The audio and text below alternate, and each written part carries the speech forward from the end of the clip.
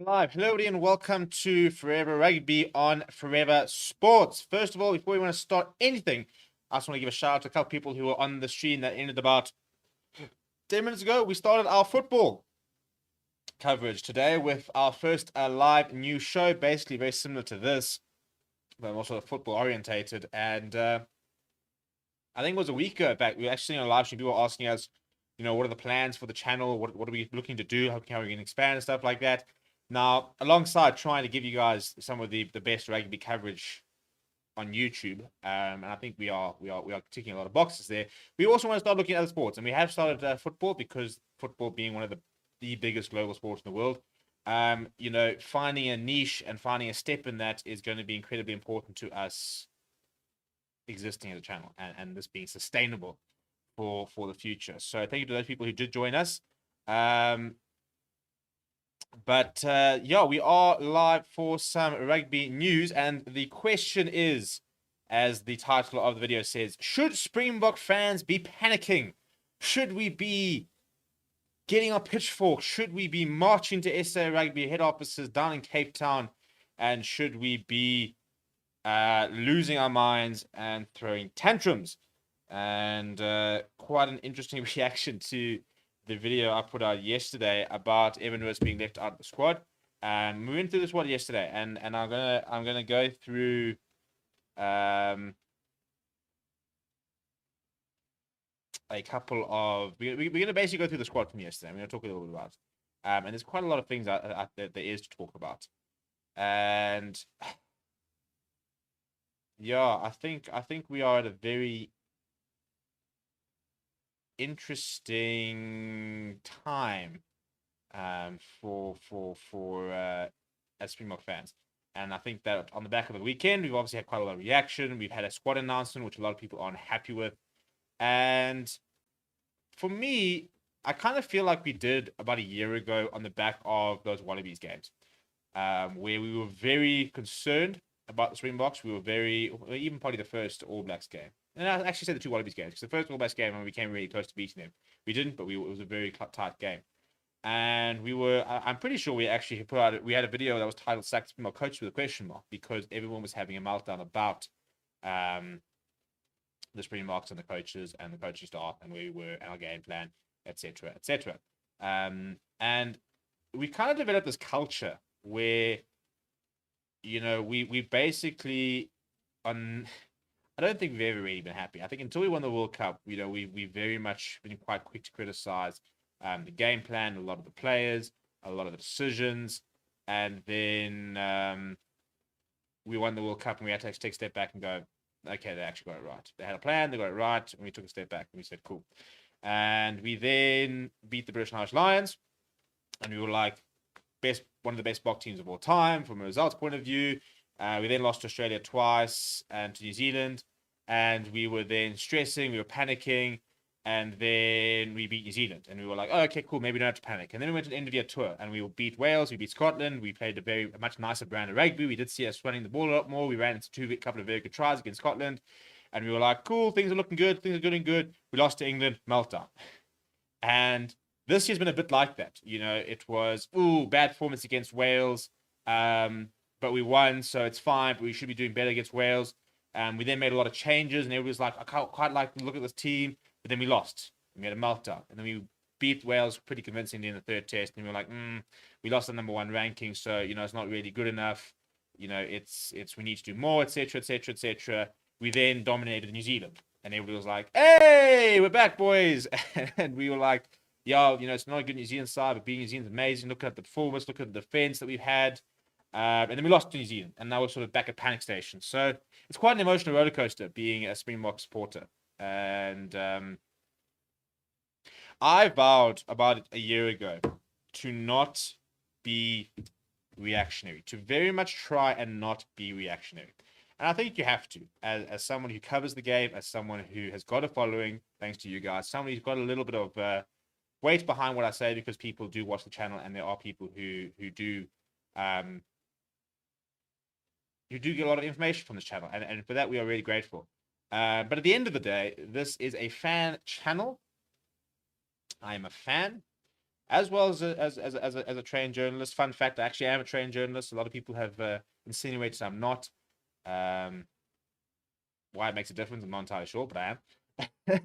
But what I decided a long time ago is that, guys, COVID was shit, and the last few years have been tough. And life on a day-to-day basis can be quite tough and can be quite negative, can be quite positive. But what I vowed is not to become, is to become, make a pact myself to become less reactionary. Because as life as a Springbok supporter, as a Lions rugby fan, as a Manchester United football fan, as a Proteas cricket fan, we haven't had a very good time of late. It's not been fun. It's not been fun. And as a result, I've tried to take a step back and I've tried to be less reactionary, just generally. And that comes with being. I like to think I think I've become a bit more measured. I don't react as much as I do. And I like to always sort of maybe pause a little bit before saying something, because if we do get too reactionary, and look, that's not to say I'm not emotional. That's not to say I'm not passionate, because I think you guys can all have seen how passionate and emotional I can get. But I think if we are overly reactionary, we say things that maybe not justified, maybe not being able, not and things are not substance. I don't want to say things without substance. And I think that we're going to talk about the Springbok coaching staff. We're going to talk about the future of this team. We're going to talk about our chance in the World Cup, and we're going to have to sort of have pretty open discussions. And people say I don't criticize the coaching staff, and I would say I'm not as critical about the coaching staff as a lot of people. But I've never shied away from saying that there are places we can improve. And the entire year, I've been saying, yes, there are aspects we have to improve. Have we improved this year from the first test to this last test? And I think the answer is yes. Have we made mistakes? Of course, we made plenty of mistakes. We've made some interesting. We've made some selections which have backfired. We make some selections which have really come good. I say we, Springbok coaches have. And they've got some things wrong. They've got some things very wrong. They've got some things right. They've got some things very right. There have been some very big steps forward. There have been some big steps back. And what this coaching staff has always said is that there's a long-term plan. And that's why generally I get accused of defending them and not criticizing them, because I always keep saying that there is a plan. And if that plan doesn't work, then we've got every right to criticize. And if you really want to freak out now and then down the road say, see, I told you so, and that's what I'm going to do, that's fine. I can see that there is a plan. And I think that's my biggest thing. I think that I've watched sport my entire life. I've grown up watching teams, and I've watched teams where there isn't a plan, and I've watched teams where there are a plan. And where there are signs where I can see that there are steps being taken forward, I can get on board. I can see a project. I can see a vision. I can see the steps towards there. They won't always go exactly the way you want them to go, but if I can see that there's a pot of gold and we're trying to get there, and we seem to have a path to get there, then I can kind of get behind it. And I do think that this coaching staff does have a plan. Whether it will work, I don't know. I don't know if we're going to win back-to-back World Cups. I think at the moment a lot of people say we won't. But I think that a year ago, before the Rugby series, after we beat the British and Irish Lions, I think people were saying, yeah, we probably will. Or we could very well do it. We've got the squad to do it.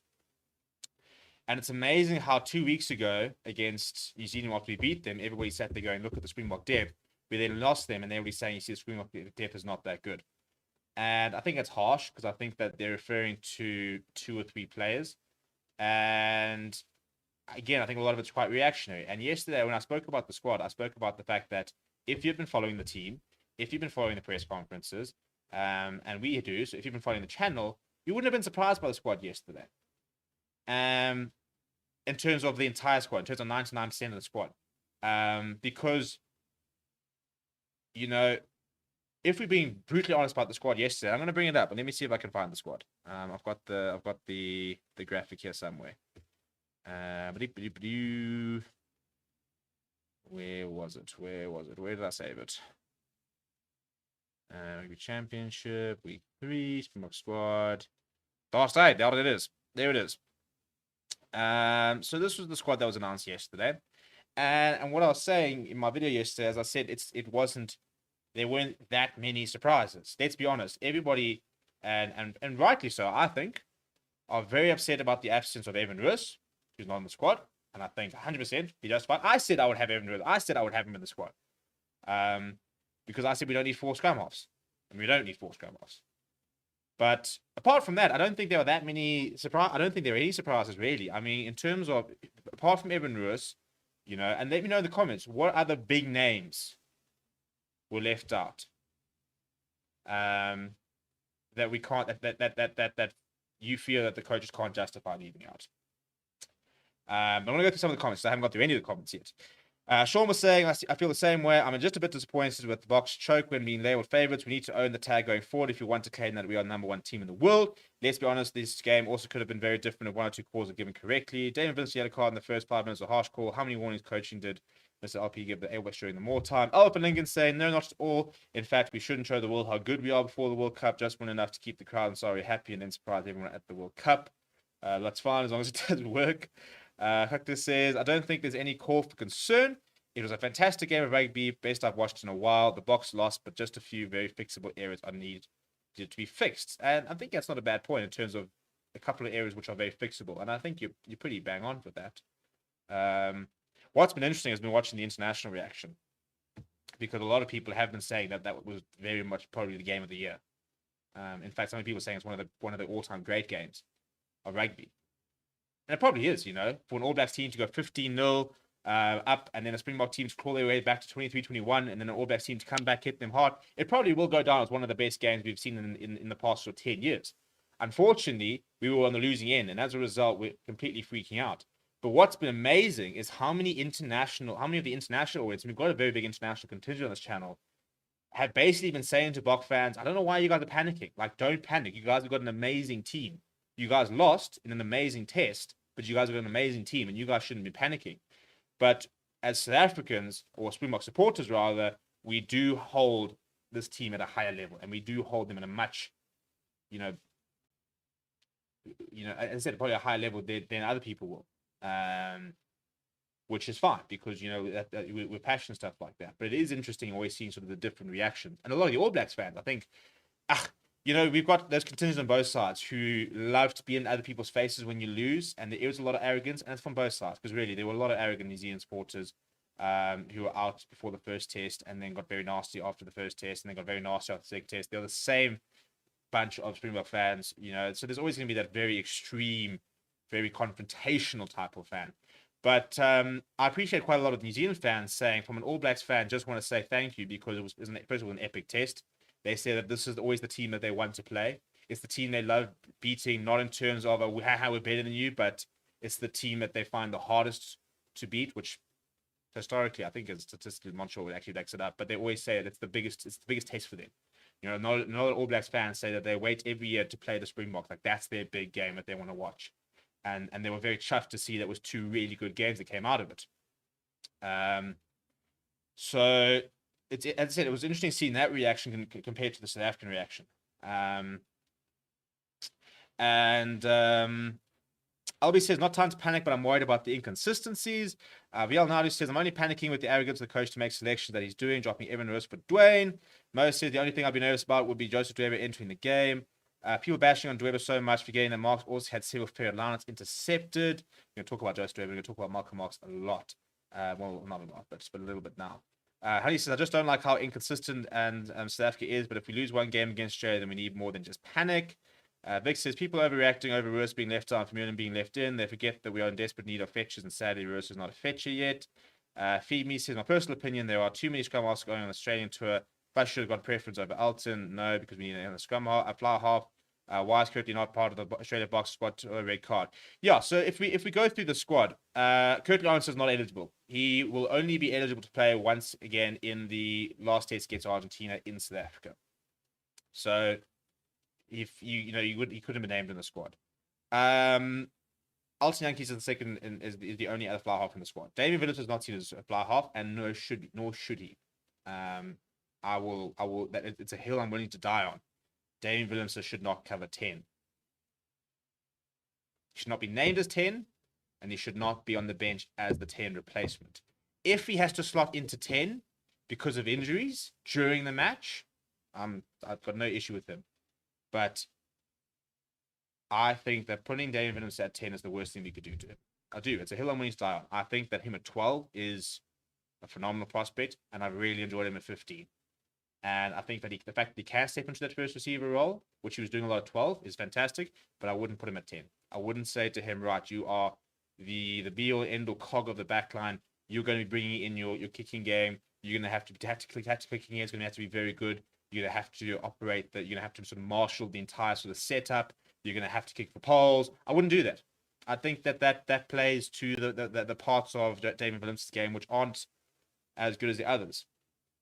And I would far rather play to his strengths because I think that we've got a world-class player and we are starting to see his strengths. And I don't want to put him in a situation where we don't play to his strengths because he's that special of a player. So I still and the Church of Fassi will be very upset. I can still understand not picking Fassi. I think Fassi will go on the end of year tour. In fact, I've got very little doubt he will go.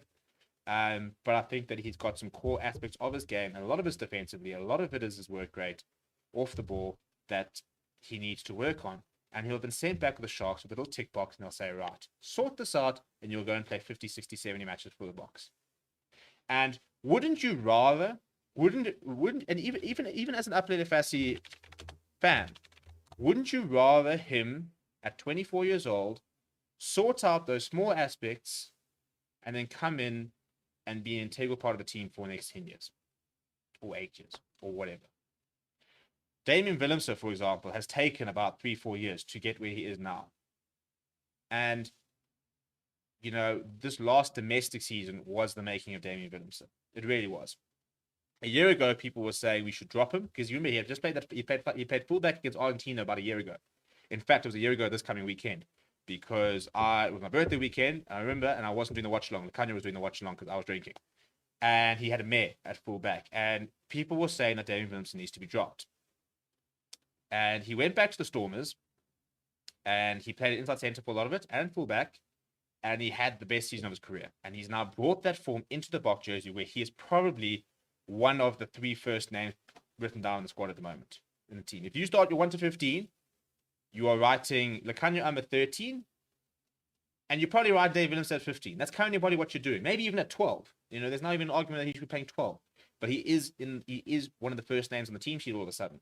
And then you say Malcolm Marx 23, still a debate about whether he starts or not. But those are your sort of your 3 top performers at the moment. And I think that Fassi could have that season coming up. I think that he's going to go back to the Sharks. He's going to play a couple of weeks at URC. He's going to spend a lot of time this offseason fixing certain things. And I think he's going to come back a much better player. And I personally think, from a long point of view, that he will benefit from not carrying tackle bags for the next week or two by having a full preseason with the Sharks, by playing warm-up games, by playing in the URC. If Fassi was with the Springboks, he might get 20 minutes across the next 3 matches. That is personally 100% what I think will happen. Whereas I think that he's going to go to the Sharks and he's going to play probably about 250 minutes of rugby before the end of year tour. He's going to start. He's going to be playing against some very good sides. And I think he's going to be in the perfect position to kick on and go on the end of year tour full of confidence, where he'll play a couple of games for the SAA side, and he could now be sort of becoming part of the Springbok squad. So, is it frustrating that he's not in? For a lot of people, it is. As I said, I can understand it, and I do think he'll be a much better player for it. So I don't actually have an issue with it. You know, I think Kane and Moody, for example, is going to get a lot of experience by traveling with the Boks. I'll be surprised if he plays. Maybe he does play, maybe he doesn't play, but he's a natural 14. And his shortcomings, his strengths are very different to Fassi's strengths, but I think that his strengths, defensively, for example, and in the air, speak more to the Bok game plan, where he can thrive, and that's probably sooner than Fassi can. You know, and if he gets a game or two, then fantastic. I'll be surprised if he does play that much. But then again, I want to see him back with the Bulls, and I want to see him playing a full domestic season. I don't want Kane and Moody running out and playing full 80s for the next 3 matches and the entire end of year tour, because I worry about injuries at that kind of age, where you haven't maybe had time to play at this level for a long time. Katena says, if Dion Fourie has a better outing at hooker than Joseph Dweber, future of a 4-4 split on the cards. I think it's obvious for everyone where the Boks lost the game Saturday, and it's very fixable. The days where one team dominate, like the McCaw era where a team wins every week, is over. That's a very good point, because if we had to take a step back, how cool is the world rugby climate right now? in terms of how close all the sides are.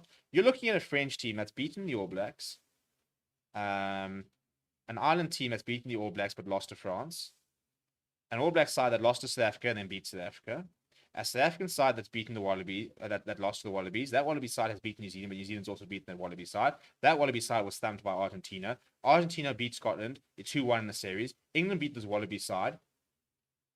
You know, like we are sitting in a time where I think that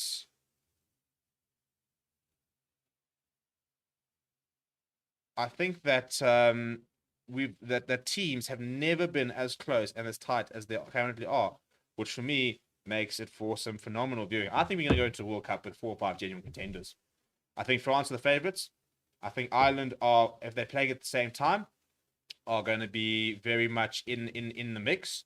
The All Blacks are always a team which you back. South Africa always a team which you back. However, you then look at the World Cup draw, which means that Ireland, Scotland, South Africa, New Zealand all sort of on the same side of the draw, which means that England, for example, will be genuine contenders.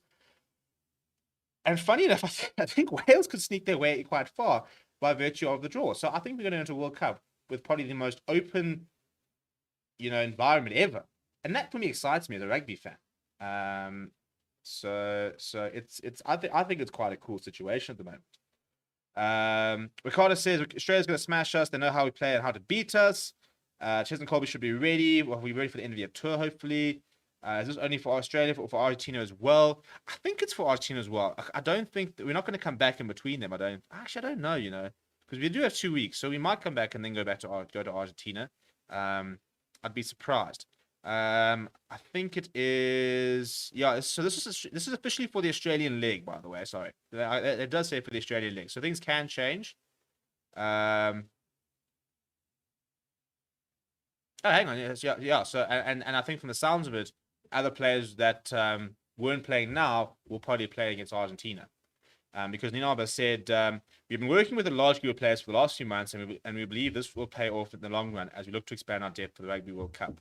Since we are going on tour, however, we will take a group of players that is more in line with the size of a Rugby World Cup squad. And our thought process is that we will have 2 groups of players, one who will participate in the Australian leg of the competition and another for Argentina matches. So stop freaking out. We're going to see Evan Lewis probably against Argentina, at least one of them. We're probably going to see Thomas Atoy in one of them. We're probably going to see Marty Lawrence back in the mix. We're going to see maybe Ruben O'Keefe get some opportunities. So let's not panic, because this is the squad for the next 2 matches, and then it sounds like it is going to be reassessed. Mo says, Steve, my Twitter got banned for posting a 5-second video of last Saturday's match. I'm now following you there. My profile picture is the Empire State Building one. Okay, cool. I actually saw a notification. I haven't been on Twitter in a while, though, so I'll go and check it out. Frank says, Stephen, I want to sincerely apologize for swearing in the last year in the game on Saturday. I was trying to I don't even remember that, but yeah, fair enough. Well, appreciate the apology. I actually don't remember it, but I actually don't remember much of the match long. It was a very tense time. Rules could have played against you in the second test. Then if he played bad, they could have dropped him. Now he can't prove himself from test against Australia, but it just said no, he probably going to play against Argentina. What do you think about Willems at 12 and Lou at 15? I could very well sanction that. I would be very happy to see that. Stu Bob said there were 3 disallowed tries and small mistakes. Not worried about Box. Are a little inconsistent at the moment to defend their World Cup. Chris says, late to this one, my only take is let's not play players against traditionally best teams in the world to gain back match fitness. We have to end a tour for that. Going to a couple of others. Moving on to the wing, disjoints our entire defense. Malherbe is always first on the team sheet. Yeah, not a bad shot. Frostain is there for. You missed the comment there. Contender says, I believe for rotational purposes like Inyakane, Restaurant, Delendi, but start Williams at 12. I would try 13 Esterhazy to break the cycle of good with club. Meh with Box, 14 and 15 Moody. Look, to be fair, if you want to give Esterhazy a genuine chance, you put 12 Esterhazy at 12.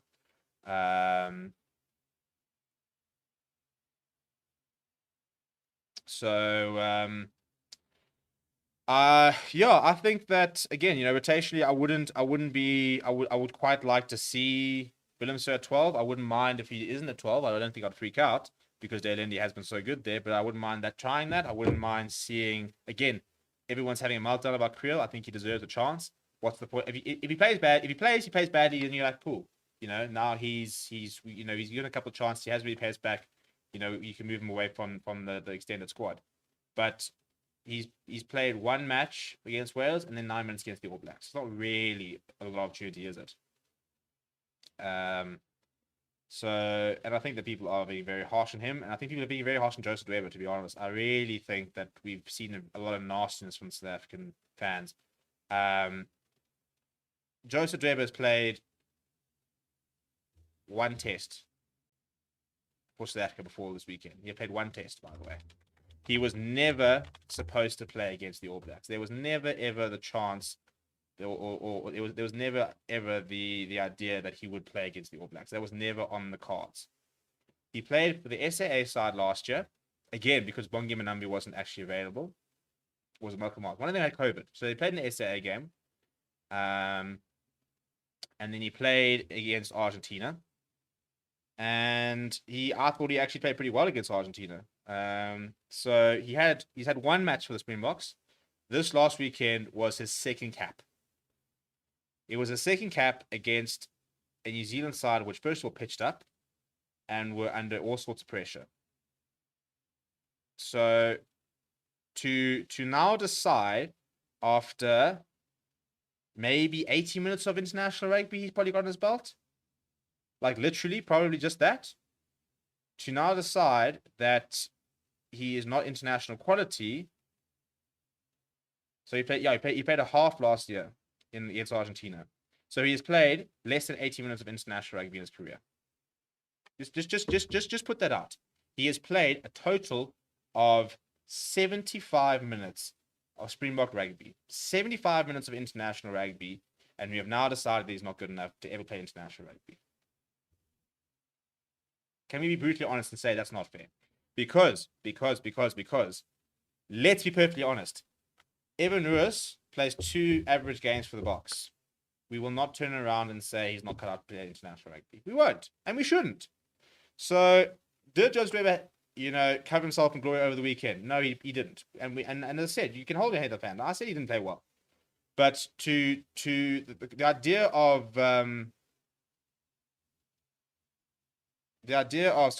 3 games for the because he played against France. Thanks to for that. But and he wasn't terrible against France either. To be perfectly honest, it wasn't that deep. So he's played probably about 100 minutes of international rugby. But yeah, so that's what I'm saying. So to decide that he's no longer he can't ever play international rugby is pretty. I think it's pretty short-sighted, in my humble opinion. I want to go to the Rugby Championship in 21. Last year, so last year he, in his Argentina game, made 6 tackles. I actually remember the game, it was pretty solid.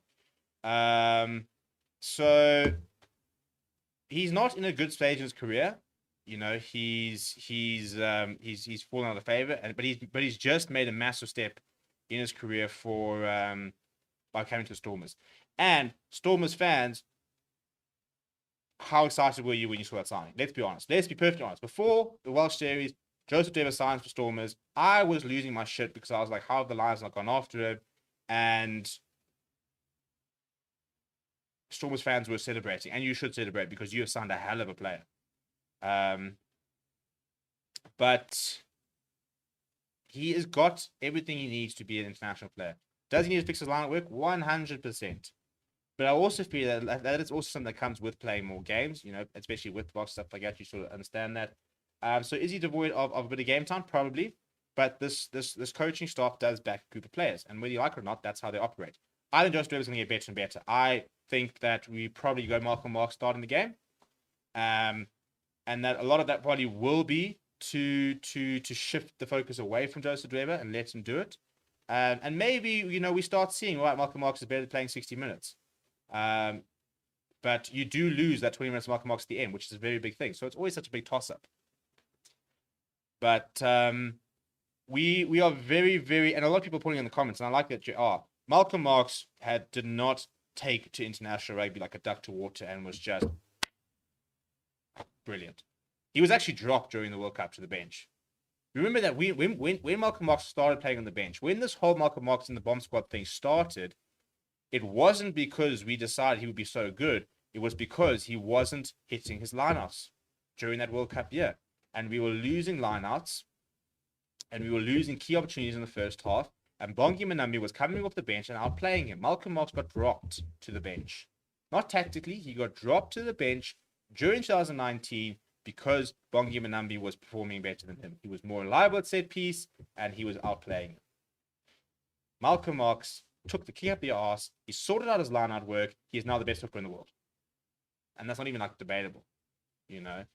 I will not have any debate about whether he is or not the best. Julian Marchand, maybe as a second, but don't come here with Dan Sheehan and the likes and start saying that they're in the same level. They're not. And you know, the big thing everybody keeps saying is Dweba was useless at lineup, but as I said, Malcolm Marx had the same issue. And he's had this issue quite a few times. And he's progressed to become one of the best players in the world. So let's not bin a player who has got a lot of potential after one bad game, really. In a game where he actually, again, if you know, we lost 4 lineouts, he lost 2 of them, Malcolm Marx lost 2 of them. One of them was a skew throw, one of them was intercepted. So, you know, his horrific lineout performance, he only had 2 lineouts that he lost. Malcolm Marx also had 2 lineouts he lost. So will Johan Kobler play tests for the Springboks? Yes, he will. Bongi Manambi is in his 30s. And then, so he's 32 in January. So he plays the World Cup, and then, you know, he'll probably still keep playing, but maybe we then start seeing Johan Kobler come in. And we're probably looking at Marx, Kobler, and Joseph Dwyer potentially as your hookers for the next following World Cup. So give Joseph Dwyer, as I said, I think next week you start Malcolm Marx, you put Dwyer on the bench, you take the tension away from him, you let Malcolm Marx go out and do his thing. Maybe you play 60 minutes, and maybe you give Joseph Dwyer 20 minutes, and you can really let him come on and try and bulk things. But give him another chance, play him 2 matches in a row, basically, and I'm telling you, we will see a massive improvement, and we will start seeing why he's there in the first place. Because let's be honest, a year ago, when he was pulled into the Springbok squad against British and Irish Lions, all we could remember was that cheaters Joseph Dwyer, who was an absolute beast of a human being and a beast of a player. And we need to see that Joseph Dwyer. And we will see that Joseph Dwyer. We've got to give him time. We've got to be patient. We've got to back our players. We've got to back Evan Lewis when he struggles to fit the game plan. We've got to back Jaden Hendrickson when he has a one-off game against last weekend. Now he's not international quality. I mean, the Oak played was one of the key figures in us beating New Zealand the week before. He has one poor kicking display, bearing in mind that this man is 22 years old. And now, you know, he's not good enough. And again, we are so reactionary. Jaden Hendrickson is going to play many tests for the Springboks. Evan Lewis is going to play all the tests for Springboks. Albert Lowe is going to play all the tests for Springboks. You know, I think players like Apelin Bassi is going to play all the tests for the Springboks. Kurt Lawrence is going to play many tests for the Springboks. Kane Moody could be a Springboks Centurion. Probably will be. If he's not injured, Kane Moody plays 100 tests for the Springboks. They will take time to get there. Damian Willemse is your example. He is your prototype example of you don't come out the womb into the international side and flourish all the time. Damian Willemse was probably one of the most exciting schoolboy players we've seen. He made his debut at 19, I think it was, or just turned 20. It was around then for the Boks. A year ago, we wanted him to be dropped. A year ago, people were sitting there saying that he's a passenger.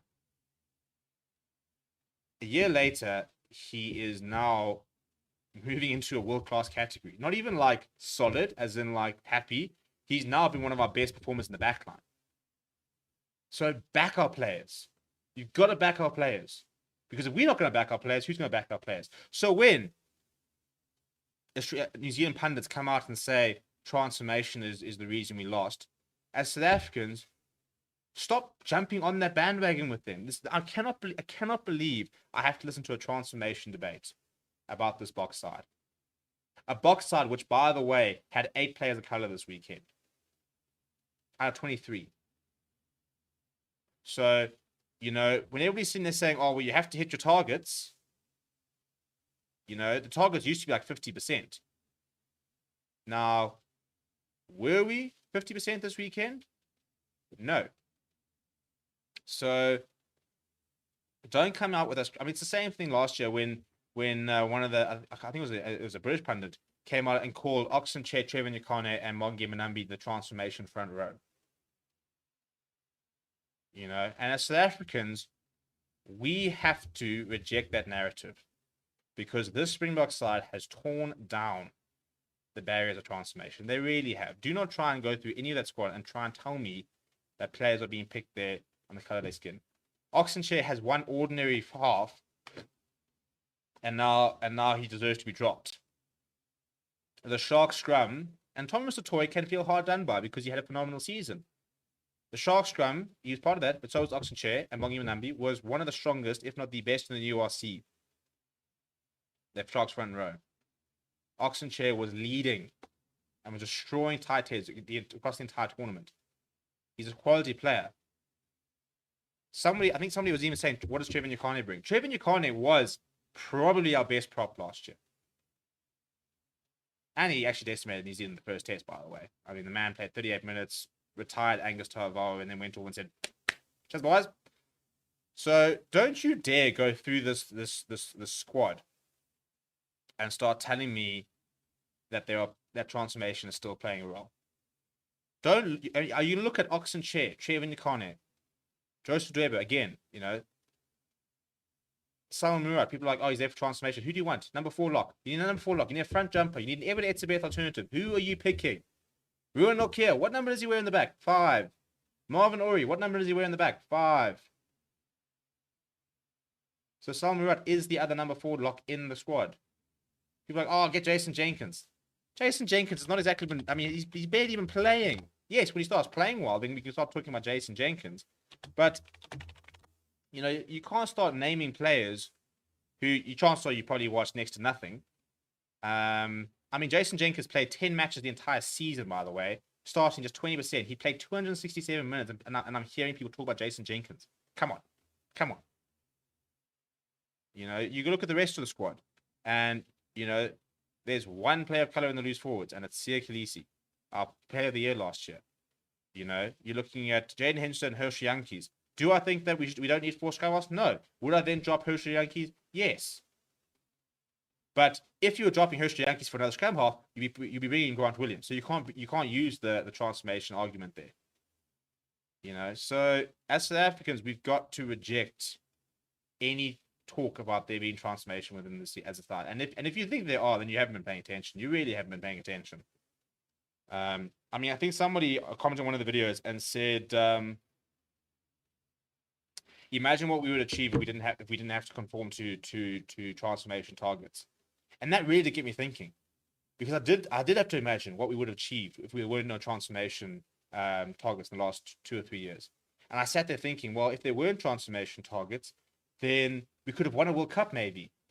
Maybe we would have won a Rugby Championship. Maybe we would have won a British and Irish Lions series. Maybe we would have beaten New Zealand away last year. Maybe we would have beaten New Zealand at Mbombela this year. And maybe we would have done these things if it wasn't for transformation, you know? But the fact of the matter is, we did them anyway. We literally won a World Cup and a British and Irish Lions series and a Rugby Championship. Has the Springbok team been incredibly inconsistent? Yes, it has. Has it also won every trophy, every major trophy? Like, they haven't won a Freedom Cup, you know, but have they won every major trophy that they can win so far? In terms of not saying that you've won every single Rugby Championship, but of all the trophies that you can win, they've got a Rugby Championship, they've got a British and Irish Lions series, and they've got a World Cup. So they have won everything they've needed to win. So I disagree with this squad. As I said, I would drop Herschel and I would take it Evan Lewis, or maybe look to adding Johan Kobler as an extra hooker. But we need to collectively reject any talk about transformation playing a role, because it doesn't. Just as we need to reject any talk about bringing Rassie Erasmus back and Sack Sharkey and Alba, because if you're not paying attention, they are still the same freaking team. Rassie Erasmus is still picking the squad. You know, and that's not an opinion, that's a fact. Yes, he's not there on game day. He's not a lot about in the stadium. That's going to change in a month anyway. So by Durban, we'll probably see Rassie Erasmus in the coaching box, if not on the side of the field. But we need to be better at making sure that other international media and international pundits do not misrepresent our team, because it's our team and we're responsible for our team. And if we start feeding into their narrative and we start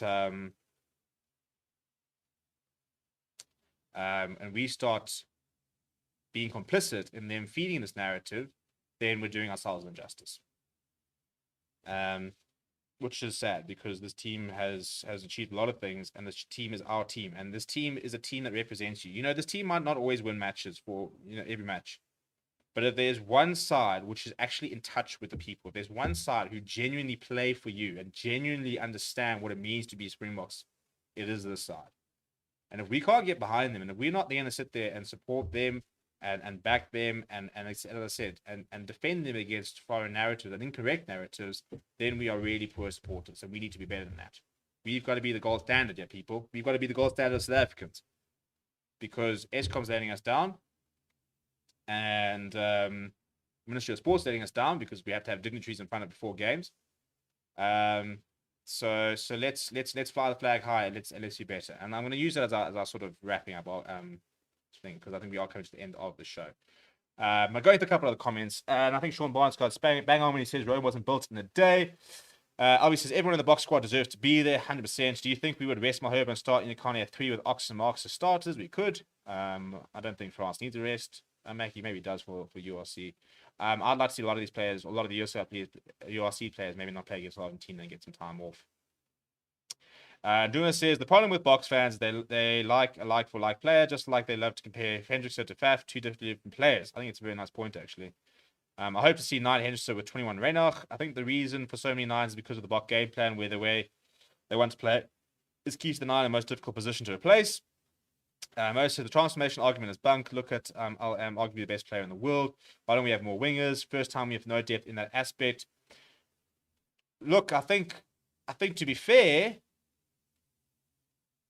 if you look at 14, we're currently on our 4th choice wing, you know. So Chesney Colby gets injured, Spoon Corsi steps in. You sit there going, depth. Spoon Corsi gets injured, Kurt Lawrence sits in there, you sit and go, depth. Suddenly we're on to JC Creel, or even Kane Moody, and I don't think Kane Moody is a massive display of our depth because he's 19 years old. So to say we don't have depth, I think is a little harsh, because I think we've actually got more 14s than we do 11s. I think we've actually got far more right wingers than we do left wingers. We just got 3 major injuries. Left wingers for me is a bit more of a concern. Marcus Oloma Pimpy goes down. Who are we playing at 11? Who's our left winger? Who's our out and out finisher? You know, because most of the players who we're back into play at right wing are Willie LaRue, Kane Moody, you know, Guar Kalant, or players who are sort of naturally 15s. So in many ways, I think 11s, our left wing is probably more of a crisis than our right wing. But we've just had lots of injuries. Your major list between 14 and 11 are, look, I mean, these are, I think it's much closer, but traditionally your 11s are your out and out finishers. They're your speedsters. They are your attacking orientated players. You look at the top try scorers of all time, they tend to be your 11s. Because you play right to left. You naturally, for example, with your passing and stuff like that, you play right to left. So if you're looking to shift to right to left, who's the last person on your left? Your number 11. So he's your finisher. He scores. 14, think about it. So now flip that. Your 14 has to defend the number 11. And has to defend your 13 as well. If you're playing right to left, which is generally where you want to be playing, because you're naturally left-handed, you work your way right easier than you work your way left to right. So therefore, your 14 is far more defense orientated. And you often will see them a lot more positionally, for example, fielding high kicks, and that's why fullbacks tend to be able to switch to 14 very easily. And so you look, for example, you look at Brian Abana versus Jay Peterson. Brian Abana scored tries for fun. What's it, fourth highest point scorer in South African history? Jay Peterson, absolute unit, and that's why 14 is going to have to go to 13 as well. Because defensively they have to be so good, or even the other way around. That's why, for example, you've seen Jesse Kriel at 30, he goes to 14, also plays full back. That's why Roy Kalant has played 15 and 14, and now people are saying maybe he can play 13, because they are very defense-orientated positions. 11, you are, in the Springbok game plan, you're good in the air, and you're a finisher. Out-and-out finisher. You don't have to do as much defending. You still have to defend. You don't have to do as much defending, which is why we've seen Apelele Fassi at 11. Because he doesn't have to do as much defending. And it's small things. Look at our kickoffs. When did the last time you saw a Springbok team kick off to the left and side of the field? They kick to the right. Who's chasing? Your right wing. That's why Curtly Arendse was making tackles on Telape Fairtown.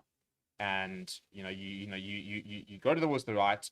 And again, because there's various reasons that you always go to the right hand side. Your number 14 is going to chase them down. They're going to make the tackle. They have to be good defenders. So it's a bit more complicated than that, but that's a very, very 2-second sort of look as to what the difference is. But yeah, so Kurt says there are moments when the Bokke play with such dominance when you could feel they were on fire.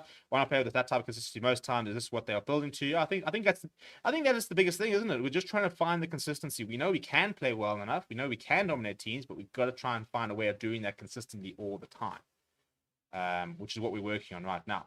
Michael says we need to put odds away, odds to show we are cut above. We have one big win, then slump. Consistency is key for the Bokke. 100% leading on to that point. Who are the likely 11 covers?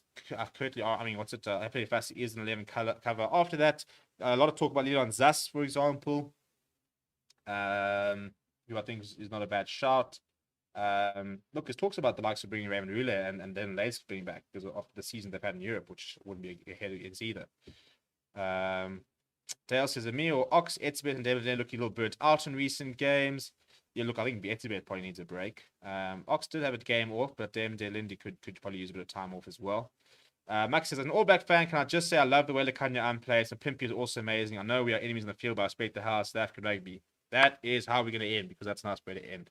People, thank you very much for what is always a fun discussion. Please do smash like on the video, subscribe to the channel as well. We'll be live again tomorrow. Do the same thing. And tomorrow I want to sort of take a deep dive into our squad and what we can expect in the next 2 matches against Australia. And then maybe sort of on Thursday, maybe I think we should do a look at an alternative 15 that we could see against Argentina. So let's do that for the rest of the week. But until then, smash like on the video, subscribe to the channel as well. We'll see you guys tomorrow as well for footy. We'll be live at 12 o'clock for football, 1 o'clock for rugby. So if you've got some time, please do try and support the football as well, because the football inadvertently helps the rugby, because as a channel, we need to grow. As a channel, we need to pay bills. And the bigger we get as a channel, the more resources we get, the more money we can put in, and you guys do benefit for it. But apart from that, keep well, keep safe, and I'll chat to you guys all